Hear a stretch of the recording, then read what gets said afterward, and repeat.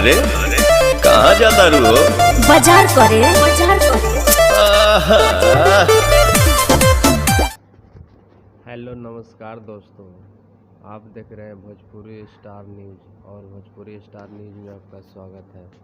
तो अब आ गया वीडियो, देखिए बहुत मस्त ही वीडियो आया है, बहुत अच्छा ही सॉन्ग है जो MMB रिकॉर्ड्स नया चैनल पर रिलीज़ हुआ है। एकदम धमाल मचा के रखा है भाई लोग। तो आप लोग जाइए और ज़रूर वीडियो देखिए, लग रहा है वीडियो ज़रूर ट्रेंडिंग में आएगा ही आएगा। बहुत मस्त ही सॉन्ग है, लोकेशन भी बहुत अच्छा है और आप लोग जाइए और देखिए एक बार इस गाने को सुनिए। बहुत ही मस्त सॉन्ग है जिसका गीतकार है प्रियदर्शी, म्यूजिक बनाए हैं प्रियांशु सिंह और वीडियो बनाए हैं पवन पाल जी। तो जाइए भाई लोग देखिए, बहुत ही क्वालिटी का सॉन्ग है, एक बार ज़रूर सुनिए जाके और अच्छा लगे तो लाइक सब्सक्राइब जरूर कीजिए मेरे भाई। Thank you.